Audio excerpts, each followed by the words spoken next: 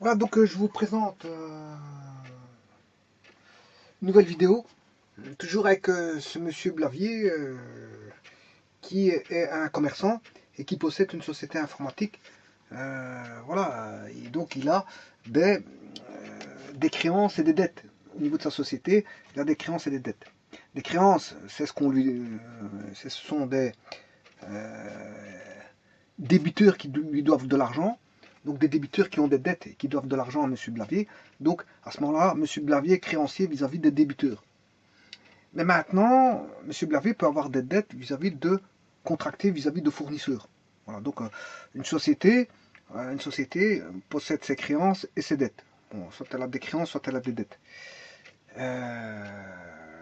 Et ça, pourquoi? Parce qu'en fait, M. Blavier, c'est un agent économique et donc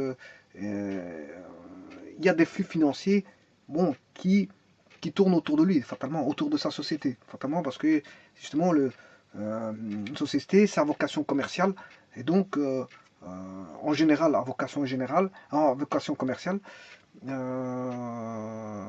Et donc, la vocation commerciale préfigure d'avoir des créances et des dettes pour faire tourner sa société. Bon, l'idéal, c'est d'avoir le moins de dettes possible.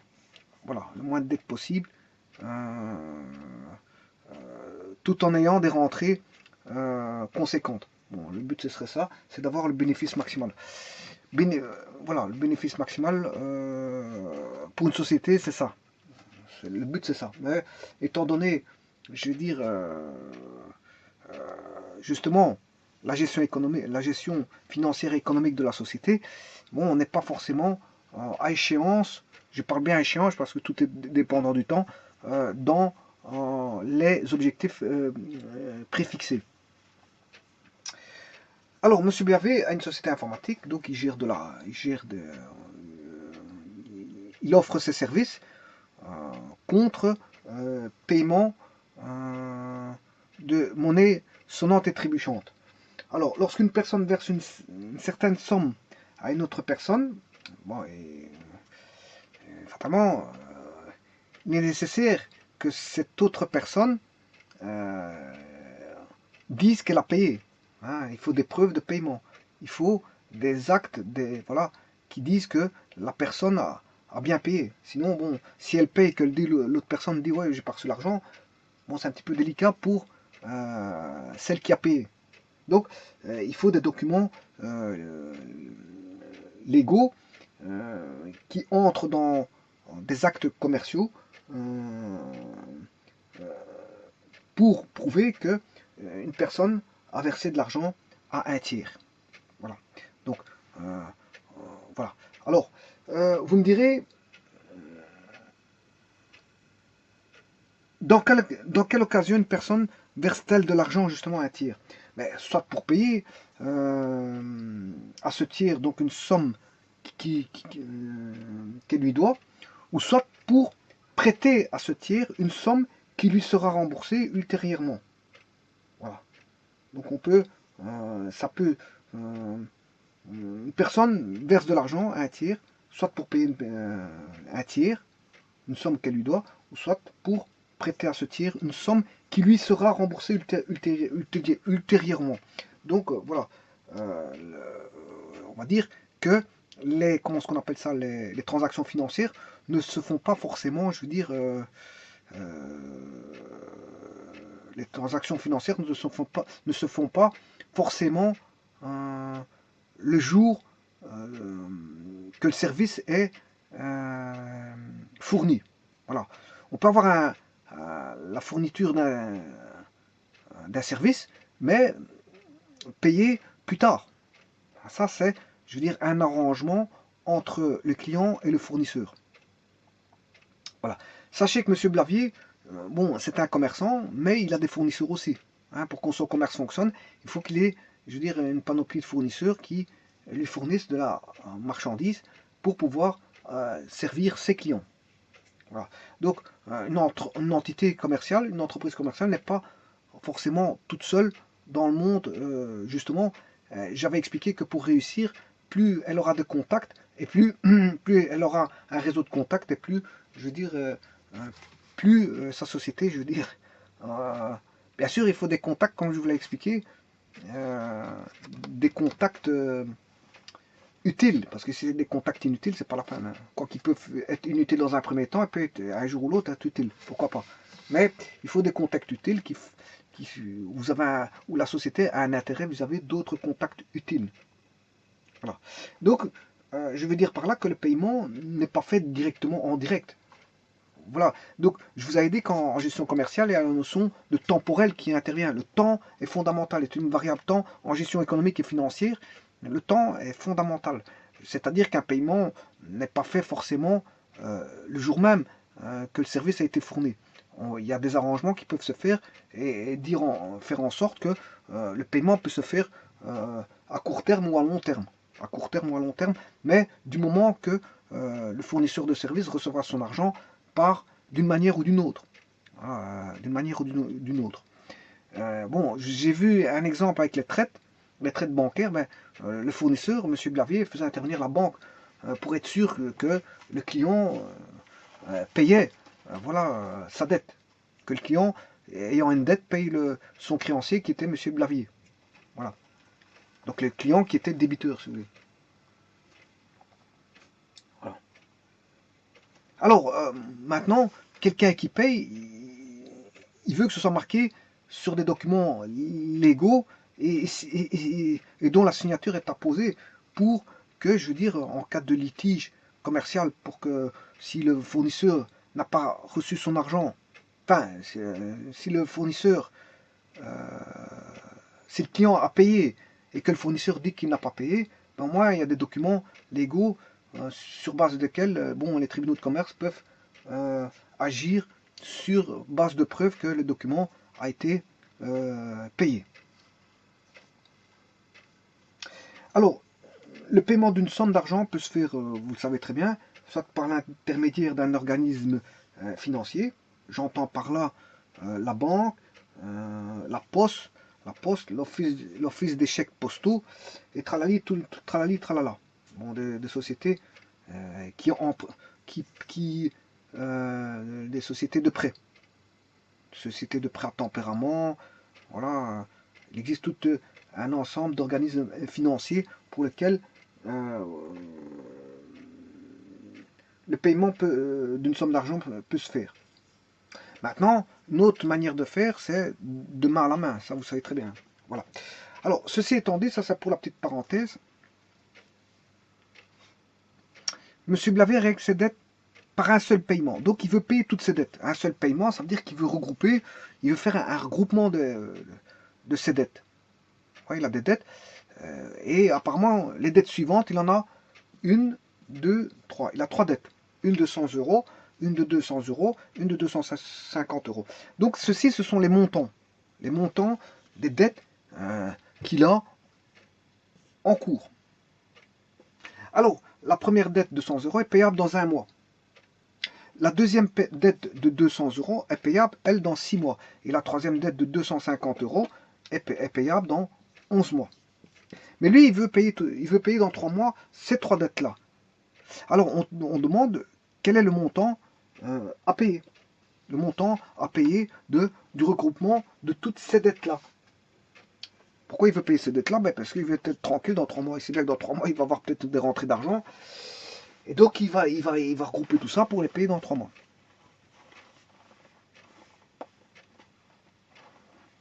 Alors, pour ça, il est évident que les dettes font référence à des... Si on fait une dette, c'est parce que on veut un paiement différé, n'est pas un paiement, je veux dire, direct. On ne veut pas payer directement.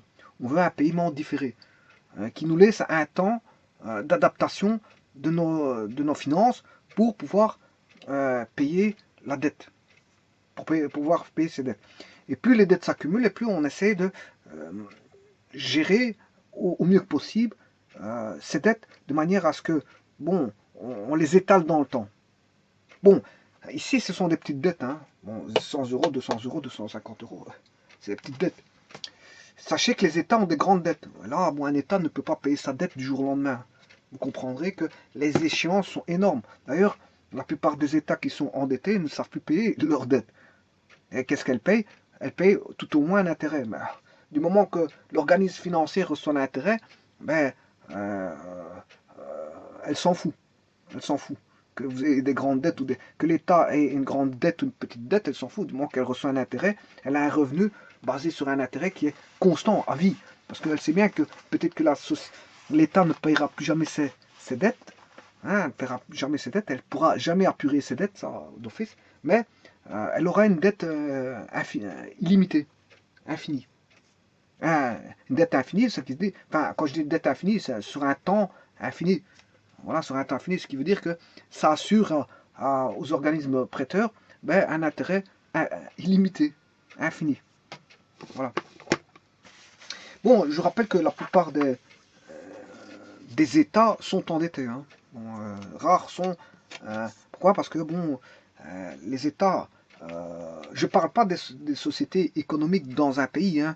Bien sûr, les sociétés, il y a des sociétés qui n'ont pas de dette, d'autres qui ont des dettes, etc., etc. Moi, je parle d'un État. Ça n'a rien à voir avec les sociétés à l'intérieur d'un État. Les sociétés à l'intérieur d'un État peuvent très bien fonctionner, alors que l'État en lui-même, bon, a des charges très importantes. Voilà, les principaux revenus d'un État, je vous ferai remarquer que c'est l'impôt. Hein. Voilà, c'est l'impôt. À travers de l'impôt, avant, l'État avait des sociétés, je veux dire, qui appartenaient à elle. Hein, je rappelle que, par exemple, si je prends la Belgique, la RTT appartenant à la Régie des télégraphes et téléphones appartenant à l'État. La SNCB appartenant à l'État. Maintenant, la SNCB elle appartient en partie à l'État, mais en partie à des réseaux, on va dire, privés. Donc en partie, oui, mais voilà, ce sont des sociétés un peu spécialisées, la dénomination spécialisée, ce sont des droits d'État, voilà, voilà, mais disons que avant elle avait une forte, des fortes, comment on appelle ça, elle était en relation, si vous voulez, certains États étaient en relation avec des sociétés d'État. Maintenant, beaucoup de sociétés ont été privatisées. Donc maintenant, le principal, on va dire, gros revenu de l'État, ce sont les impôts. Mais maintenant, quand les impôts ne suffisent pas à payer, je veux dire, les budgets d'État, ben, on a du mal à voir comment elle payera les dettes qui ont été établies depuis des dizaines d'années. Voilà. Et donc tous les pays du monde ont une dette, ça d'office. Hein. Bon, on emprunte et on fait fonctionner le pays en fonction de dette. Et puis après, advienne que pourra. Advienne que pourra, on paye les intérêts. Bon, tant que l'organisme financier reçoit les intérêts, tant mieux pour elle. Voilà. Donc, ben, un pays se doit de, quel qu'il soit, se doit de gérer sa dette et de payer sa dette aux créanciers par parfois voilà, lester,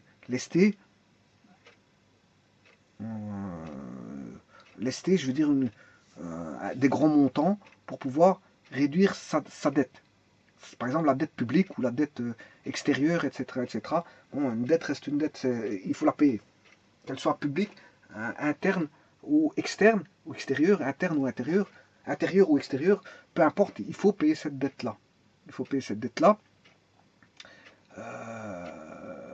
Et donc là, ça demande une gestion et bien sûr des comment est-ce qu'on appelle ça, qui dit gestion dit politique adaptée à cette gestion. C'est-à-dire que peut-être qu'il faudra réduire certaines dépenses, peut-être faire plus d'impositions, et tralali, tralala, bon, essayer d'équilibrer, je veux dire, les comptes et de faire en sorte voilà, de ressortir, bon, ce qui est très rare à l'heure actuelle, ressortir, je veux dire, comment on appelle ça, des,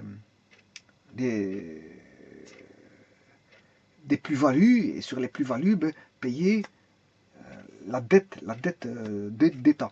Bon, mais il n'y a pas que les États qui ont des dettes, beaucoup d'entreprises ont des dettes, elles fonctionnent sur des dettes. Beaucoup d'entreprises fonctionnent sur des dettes. Voilà, bon, si demain, vous voulez... et d'ailleurs, ça sert à ça, les organismes financiers, les banques servent à ça. Ça sert à faire tourner une économie. Hein. Qu'est-ce qui fait tourner l'économie? Vous allez me dire en premier lieu, ben, ce sont les entreprises. Oui, mais si les entreprises ne reçoivent pas des prêts des banques, ben, fatalement, les entreprises ne seront pas tournées. Ouais, parce qu'elles fonctionnent sur base de prêts. Hein. S'il faut faire je veux dire, payer d'abord les salaires avant d'avoir voilà, il faut payer les salaires, mais parfois certains font un prêt pour payer les salaires en sachant que dans 3 4 mois, les clients commenceront à payer, je veux dire, certaines sommes parce qu'il y a de l'argent à échéance qui va arriver. Mais dans un premier temps, il faut payer les salaires. Donc on fait un prêt. Maintenant, si on a un gros contrat, ben, fatalement, on va vite se tourner vers la banque pour aller chercher de l'argent et faire des dettes pour engager du personnel parce que on a, on a des nouveaux contrats plus importants. Donc il faut assouvir ces contrats et donc ils vont aller chercher du nouveau personnel, former vite ce personnel. Enfin, ça va engendrer tous des coûts. Et ces coûts-là, ben, voilà, il faut dans un premier temps aller chercher cet argent-là à la banque. Bon, les dettes sont de tout ordre. Hein.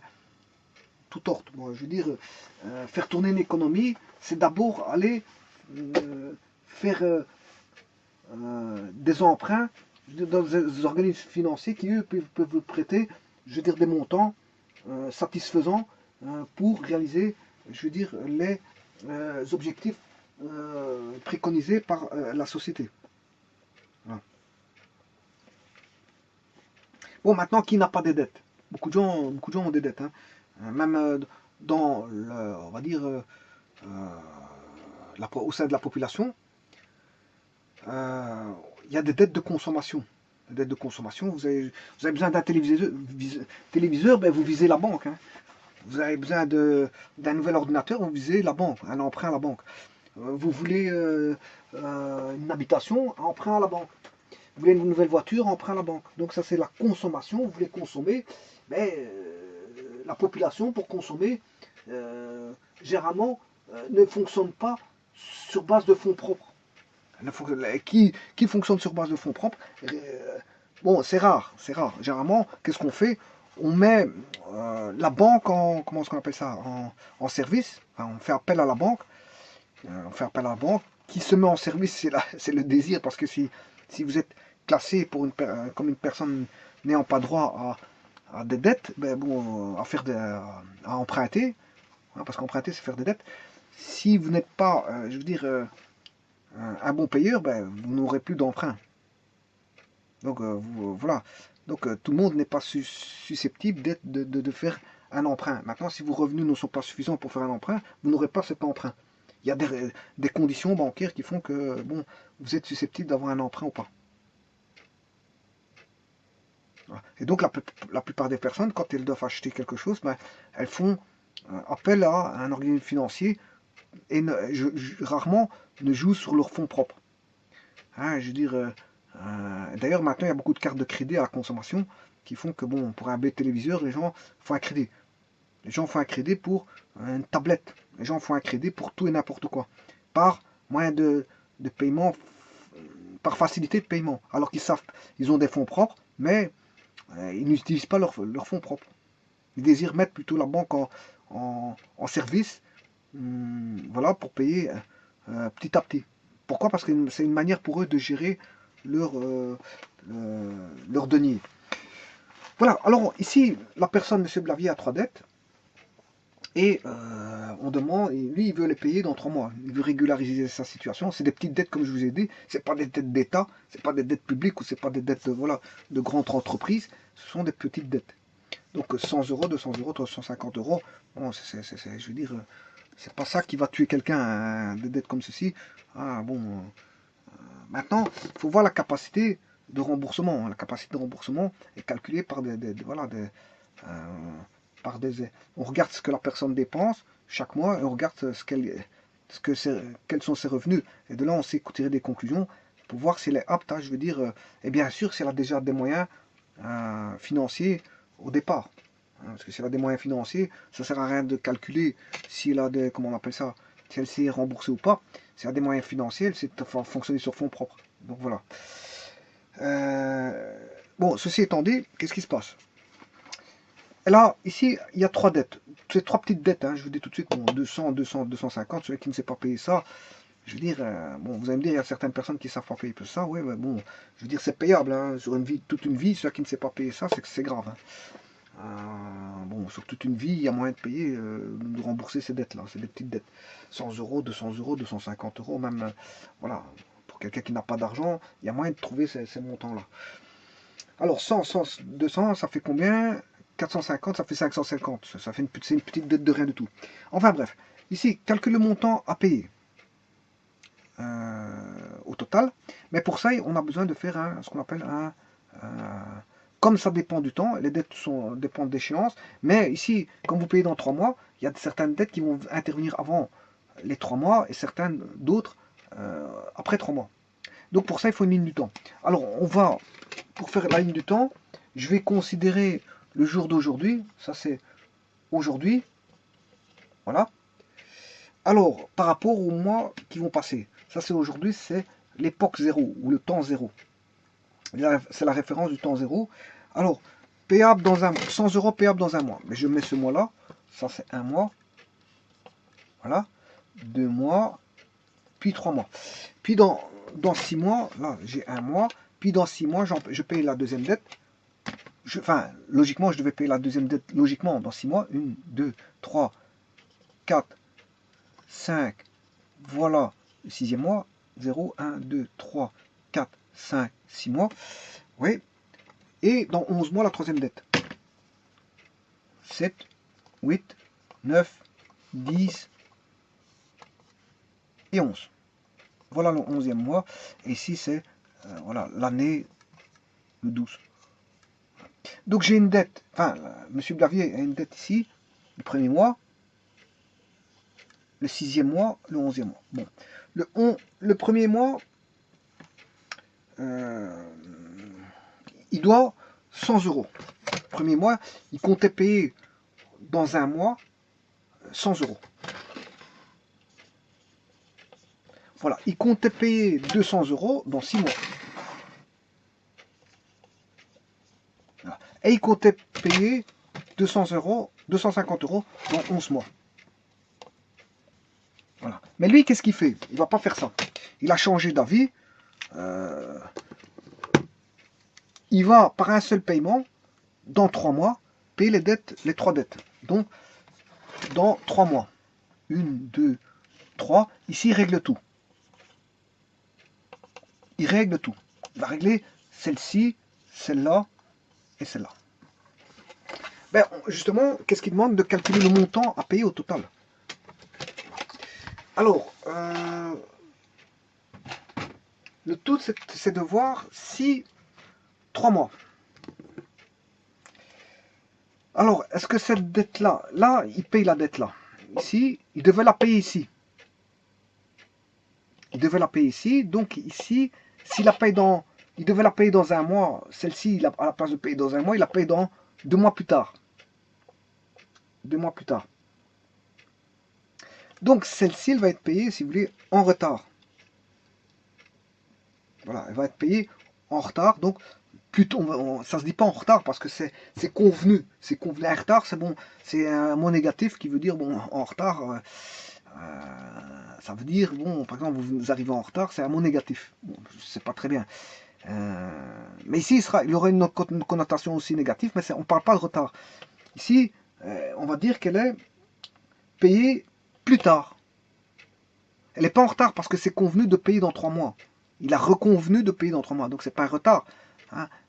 Un retard, c'est quelque chose que, voilà, que vous outrepassez, c'est un méfait. Un méfait que vous outrepassez du fait que le temps est passé. Voilà. Mais ici, comme le temps a été reconvenu à 3 mois, on ne peut pas parler de retard puisque ça a été convenu. Mais ça veut dire que la première dette là sera payée plus tard. Hein. Celle-ci sera payée plus tard. Celle de un mois, ben, elle va être reculée, elle sera payée 2 mois plus tard. Donc il y a une distance de 2 mois. J'ai le droit encore de tenir 2 mois. Enfin, M. Bervier a le droit de tenir 2 mois pour payer celle-ci. Par contre, celle-ci, elle sera payée, elle devait être payée dans 6 mois, il va la payer dans 3 mois. Donc ici, elle elle est payée 3 mois plus tôt. Elle est payée 3 mois plus tôt. Et la dernière ici, elle devait être payée le 11. Là, ici. Donc elle est payée combien de mois plus tôt 9 mois plus tôt. 9, 10, 11, non. 8 mois. 8 mois plus tôt. Voilà. Donc, une qui est payée plus tard, bon, c'est un effet négatif. Hein, faudra tenir compte de cet effet négatif là. Payer plus tard, bon, ouais, d'accord, je veux bien encore te rajouter 2 mois, ben, mais le problème, tu vas. Je vais te sanctionner. Mais ici, c'est une petite sanction financière. Je vais vous la montrer où elle sera. Et là, quand on paye plus tôt, ah, c'est bien, tu as payé. Ah, tu devais payer le 11. Ah, c'est bien, tu vas payer dans 3 mois. Ah, c'est bien, ça te va écourter l'échéance de 3 mois, de 8 mois. Ah ben ouais, ça va. Ben, là, c'est positif. C'est positif. Ben, positif pour le débiteur, qui est monsieur Blavier. Là, c'est négatif, parce qu'il va subir une sanction il va payer 2 mois encore plus loin que l'échéance. Là, il va payer 3 mois avant l'échéance, et là, 8 mois avant l'échéance. Là, on va lui dire, monsieur, c'est bien, vous avez payé avant l'échéance, c'est bien, 3 mois avant l'échéance, et là, 8 mois, c'est magnifique. Et il regroupe tout comme ça. Alors, ça veut dire qu'il y en a une qui sera, bon, point de vue négatif, ça veut dire que Blavier va le subir. Et ici, ça veut dire que Blavier va pas subir ça, au contraire, ils vont lui faire un petit cadeau. Et je dirais même 2 petits cadeaux, parce qu'il y en a un de 3 mois et l'autre de 8 mois. Alors, ceci, ça revient à calculer, si vous voulez, la valeur acquise. La valeur acquise. Mais il y en aura 3. Il y aura 3 valeurs acquises. Il y aura la valeur acquise numéro de la dette 1. Hein, valeur acquise. Je vais mettre VA. VA, la valeur acquise de la dette ici, la première dette, dette 1. La valeur acquise de la dette 2. Et la valeur acquise de la dette 3. Donc de celle-ci, si je considère que celle-ci c'est la deuxième, parce qu'elle intervient dans la ligne du temps en deuxième position, ça c'est la deuxième dette, et la troisième dette, c'est celle qui intervient en dernier lieu. Donc voilà, j'ai bien 3 dettes. Donc on va calculer 3 valeurs acquises, et ces 3 valeurs acquises là, il va les regrouper pour avoir une valeur acquise, si vous voulez, totale. Voilà. Chacune va produire une valeur acquise. Alors, acquise, je vous l'ai dit, la première, elle sera d'ordre psychologiquement négatif, ou plutôt au niveau financier, plutôt négatif. Ça veut dire que Blavier devra payer quelque chose, si vous voulez, en plus. Par rapport à ces 100 €, elle va payer quelque chose en plus. Lui, là, ici, par rapport à ces 200 €, mais c'est positif, donc elle payera quelque chose en moins. Et celui-ci, 250 €, ben voilà, elle payera quelque chose en moins. Voilà. Bon, maintenant, il y a quelque chose que peut-être que j'ai oublié ici. Règle ses dettes, bien sûr, quand on parle de dette, vis-à-vis par exemple d'un organisme financier, il y a un taux d'intérêt. Fatalement, vous payez des dettes avec un taux d'intérêt, je l'ai déjà expliqué plusieurs fois. Je vais fixer le taux d'intérêt à 8%. Ça fait beaucoup, hein. Voilà, je vais fixer le taux d'intérêt à 8%. Donc on va fixer ça. Donc il y aura un intérêt. Un intérêt ici pour qui? Pour la banque. Voilà. Et l'intérêt, je vous rappelle que c'est C0 IT. C'est l'intérêt, c'est C0 I fois T. Bon, C0, le capital de départ, c'est 100 €. Le taux d'intérêt, c'est 8%. Et le temps, ben, c'est le décalage qu'il y a de paiement. C'est de 2 mois. C'est-à-dire 2 mois, c'est 2/12. Voilà. Alors là, c'est un intérêt pour qui? C'est un intérêt pour... ça va susciter un intérêt. Pour qui? Ben pour la banque, parce que c'est la banque qui va recevoir plus d'argent. Du fait que, qu'est-ce qui va sortir ça en plus? C'est M. Blavier. Hein. Voilà. Par contre, là, c'est un intérêt au détriment de la banque. Donc, ce sera positif pour M. Blavier. Donc, ça veut dire, des 200 €, on va lui enlever, il aura un petit intérêt. Un intérêt qu'on va lui enlever. Voilà. Donc ici, ce sera 200 fois toujours 8%. Là, 250 fois 8%. Mais là, on va multiplier par 3 mois pour aller de 6 à 3 mois. C'est un décalage de 3 mois, donc c'est 3 douzièmes. Et celui-là, c'est 8 douzièmes. Voilà. Et en sommant tout ça, vous avez la valeur acquise totale. Ça, c'est le fait d'avoir regroupé ces différentes dettes. Maintenant, je peux faire un calcul si il payait à échéance. Voilà. Enfin, s'il devait payer, s'il ne regroupait pas. J'aurais pu calculer ça comme ça. Voilà. Parce que ici, là, s'il a une dette d'un mois, par rapport à aujourd'hui, ben, il aura une dette d'un mois. Là, qu'est-ce qu'il fait? Il a une dette de 2 mois. Il a agrandi celui-ci par rapport à un paiement. Non, je raconte une bêtise parce que s'il contracte une dette, c'est pour payer le. Voilà, ici il va le payer dans un mois. Vous voyez? Donc oui, ici il y a bien un mois par rapport à aujourd'hui. Là, il y aura bien 6 mois par rapport à aujourd'hui. Et là, il y aura 11 mois. Voilà, 1, 6 et 11 mois. Voilà. Avec chaque fois leur taux d'intérêt. Hein, je peux le calculer, mais je vais d'abord calculer ceci avant tout. Donc, là, 100 fois 8 divisé par 100. Ouais, 100 divisé par 100, ça fait 1. Une fois 8, 8. Fois 2, 16. 16 divisé par 12. Ouais, il y a 1,33. Hein. Bon, c'est parce que c'est des petits montants. 100 plus 1,33, il devra payer 101,33. Voilà pour le premier montant. Plus le second montant, 200 sur 100, ça qui fait 8, ben, ça sera le double de 1,33. On va regarder. Ouais. Non, x3. Ici, c'est x3 douzième. Je vais recommencer le calcul. Donc, 200 divisé par 100, ça fait 2. 2 fois 8, 16. 16 fois 3, 3 mois. Divisé par 12. Là, ça fait 4 euros. 4 euros. Voilà. Donc, de 200 euros moins 4 euros, il lui enlève 4 euros. C'est des petits montants. C'est pour ça que, bon, mais vous pouvez faire ça sur des plus gros montants. Là, il va payer que 196 euros. Fatalement, ils lui ont fait un petit cadeau. C'est positif. Ils vont retirer 4 euros. Et le dernier, c'est 250 fois 8 divisé par 100 fois 8 divisé par 12. Voilà. 13,33.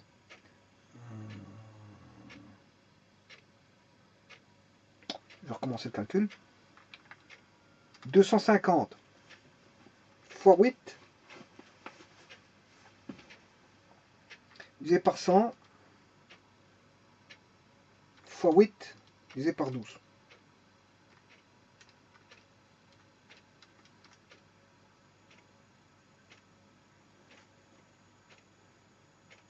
Oui, 13,33. 250 moins 13,33. 250 moins 13,33. 236,7. 236,7. Bon, alors, donc ça qui fait 236,7. La valeur acquise totale fait. Ouais, ici, je ne sais pas si on va voir. Le total, je vais le mettre juste au-dessus. 101,33 plus 196 plus 236,7. Ce qui fait au total 534,03. 534,03. 534,03 euros. Alors maintenant, je vais regarder s'il paye dans un mois. Si maintenant il réglait pas s'il ne réglait pas tout dans une échéance de 3 mois en regroupant tout, je vais calculer maintenant combien ça ferait. Combien ça ferait. Ici, il suffit juste de faire 100 euros À ce moment-là, il paye dans un mois, mais il va payer la banque. Il a un intérêt à payer de un mois. Un mois, donc ce qui fait 100, enfin, on a 8%, un douzième, un mois. Voilà. L'autre, elle intervient dans 6 mois, mais c'est 200 € qui intervient dans 6 mois.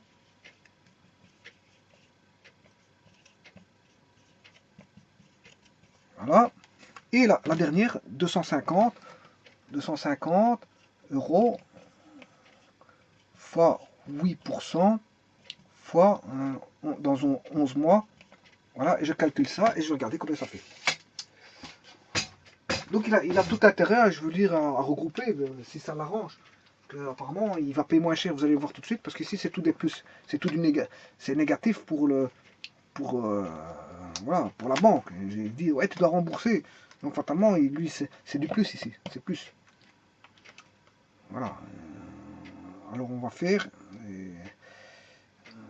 100 fois 8 divisé par 100 fois 1. Oui. Ici, ça fait 8 douzièmes, 0,66. Ce qui fait 100 plus 0,66, c'est 100,67. On va dire 67. Celui-ci, 200 sur 100, ça fait 2. 2 fois 8, 16. 16 fois 6 divisé par 12. 8. Ce qui fait 208 €. 250 divisé par 100 fois 8 fois 11 divisé par 12. 18,33. 268,33 au total, plus 208, plus 100,67, ce qui fait 577, ouais, 500, on va mettre 577 €. Alors, vous voyez que ça, s'il ne règle pas tout de suite, s'il ne regroupe pas et qu'il ne paye pas certaines dettes avant ou après, et là, qu'est-ce que c'est? Ben, c'est les 534 €. Pourquoi il paye moins? Je vous rappelle qu'au total, il y a 100, 200, 250, ce qui fait combien? 100, ça fait 300, plus 200, ça fait 500, ça fait 550. 100, ça fait 300, 300, ça fait 500, 550. Alors, ici, vous voyez que la dette totale est de 550 €. Et il a réussi, en regroupant tout, à gagner un petit peu d'argent. Il a gagné combien? 550. 100.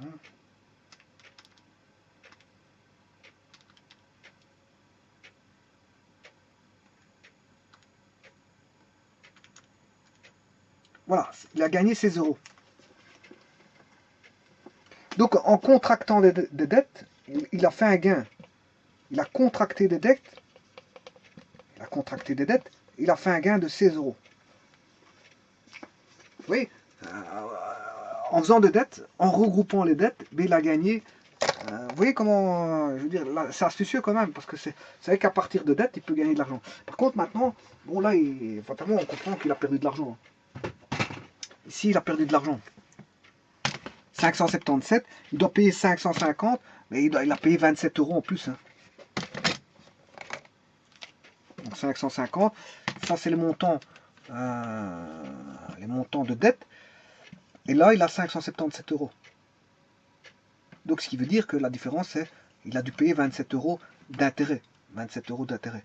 C'est les 27 € d'intérêt qu'on retrouve ici. Bon, ici, donc, vous voyez qu'ici, il a gagné de l'argent. Pourquoi? Parce que c'est par une entremise de comment est-ce qu'on appelle ça, de gestion de dette. Donc, une dette peut faire gagner de l'argent. Vous voyez ici. Donc, si je contracte une dette de 100 dans un mois, une dette de 200 dans 6 mois, une dette de 250 dans 3 mois, et que je recrute tout dans 3 mois, mais là, apparemment, ici, le calcul fait en sorte que Le calcul fait en sorte qu'il va gagner de l'argent.